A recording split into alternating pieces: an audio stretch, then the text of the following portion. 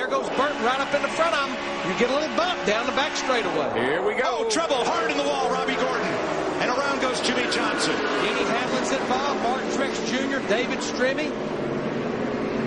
This is version 2 of the big one. Well, desperate men were starting to do some desperate things out there as the laps wound down. Like I said, Mike, this is when you lay it all on the line. If you got it, use it. Both ends for Martin Truex. Robbie Gordon, oh, thank goodness he's moving around in that car, because look how the front stove in as he hit the inside wall really hard. Let's see how this happened. Back in this pack back here that was jockeying for position.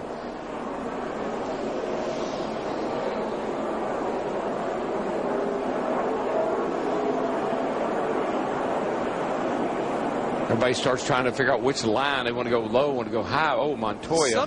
Montoya got turned. Yeah, inside. he got turned. It's like Montoya was wanting to move around, and when he did, he just got clipped.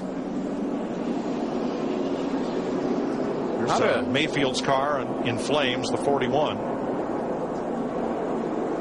Not a very good day for Hendrick Motorsports. That's 3 of the cars that have been knocked out. Oh, Montoya just got shoved into Bobby Labonte, and just like a croquet ball being sent, Robbie Gordon got shot into the inside wall. Boy, Jeremy Mayfield going there in a 41 car, he's got a lot of fire coming out of that automobile. Boy, that's a hard lick. That is hard right there. Oh, my. But you know the great thing? They've installed the safer barrier back there on that inside wall. Yeah, look at that. Is that Sam Hornish that went up and hit the outside wall? Yep, and kept going. Let's do some ride-alongs here, starting with Michael Waltrip. Heavy impact today, hard impact in all these, and the big one and then this one.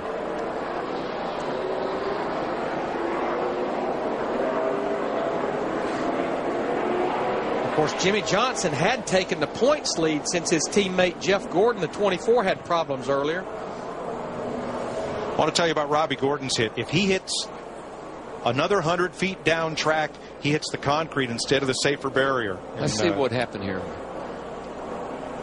Montoya got hit by the 11. Yep. There it is. And that turned him a little bit to the left, and then or to the right, and then when he corrected, he got into Bobby Labonte, and it was on from there.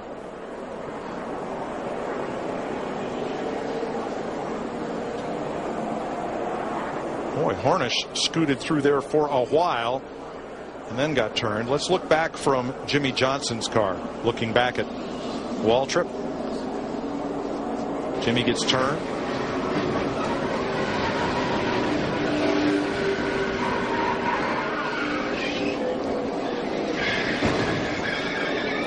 Pretty hard impact there.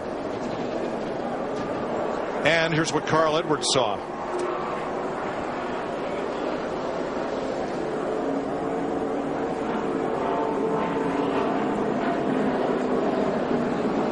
You know, Darrell, the contact was Hamlin and Montoya, but that really started about 6 cars forward and just kind of, you know, accordioned back. Well, what you do when you're sitting back there, you're watching up ahead of you, and you see a couple of lines trying to form. You got an inside line, an outside line, and you're starting to say, which one do I need to get in? And you start moving around on the racetrack, and you get hooked by somebody.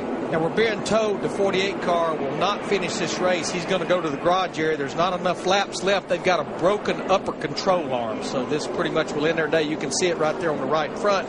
We're also being told that Matt Kenseth had to come to pit road. He had a flat right rear tire. Now, Kenseth had been the second-place car and dropped to 21st just before the caution came out. Well, this car right here, the 11 car, basically caused that accident. He got into Montoya, or at least he was a part of that accident. Let me put it that way. And he was lucky because he went through the whole